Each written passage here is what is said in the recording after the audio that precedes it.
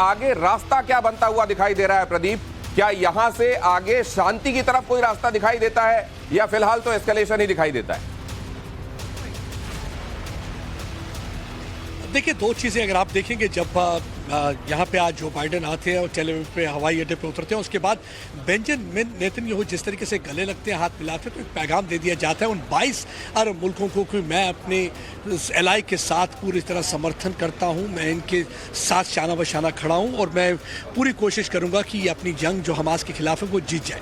लेकिन दूसरी ओर आप देखिएगा जो बाइडेन का जो बयान आता है कि यानी कि आपको एक लाइन ड्रॉ करनी होगी यानी फ़लस्तीन और हमास के बीच में। एक तो हमास सेंटीमेंट और इमोशन नहीं रिप्रेजेंट करता फ़लस्तीन के, और फ़लस्तीन के लोगों के लिए हमें ह्यूमैनिटेरियन एड देनी होगी। और दूसरी तरफ उन्होंने कंडेम भी किया कि जो ये अटैक, तो यही है प्रदीप कि कहां पर हमास है और कहां फिलिस्तीन का आदमी समझा जाए, वो जो कि हमास का समर्थक नहीं है। और जिन जगहों जिन बस्तियों से हमले हो रहे हैं इजराइल की तरफ, वहां कौन हमास का समर्थक है और कौन फिलिस्तीन का असल में समर्थक है और हमास से वो दूरी बनाए हुए हैं, ये कैसे समझ में आएगा? तो इसमें कोलेटरल डैमेज तो होगा ही। इस बारे में भी मैं आपसे बात करूंगा प्रदीप। मैं आपके पास, जो बाइडेन ने भी दोहराई, फिलिस्तीन का प्रतिनिधित्व नहीं करता है हमास और हमास ने निर्दोष लोगों को मारा, ये बात एक बार फिर से बेंजामिन नेतन्याहू ने दोहराई।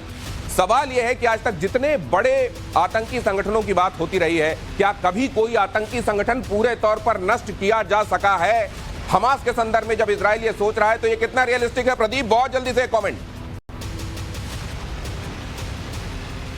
बिल्कुल, बस यही आप कहते हैं कि पूरी तरह से आप उसको निस्ते नाबूद तो नहीं कर सकते, लेकिन इन आतंकवादी संगठनों का एक रहता है कि नाम बदल कर ये दूसरे रूप में आपको नजर आएंगे। एक टाइम अलकायदा बहुत डेंजरस था, उसके बाद हमने देखा आईसिस आया, आईसिस के बाद अब हमास का नाम आ रहा है। लेकिन एक बात तो तय है कि इन संगठनों के खिलाफ अगर आप सख्त सी रणनीति नहीं बनाएंगे, जीरो टॉलरेंस नहीं रखेंगे, तो मेरे ख्याल से ये आतंकवादी संगठन जो है हाइड्रा की तरह अपने सर निकालते रहेंगे। और ये जैसे कहते हैं ना, रावण के 10 सर थे, एक सर काट दो तो फिर से दूसरा सर उग जाता था, ये वैसा ही हो सकता है।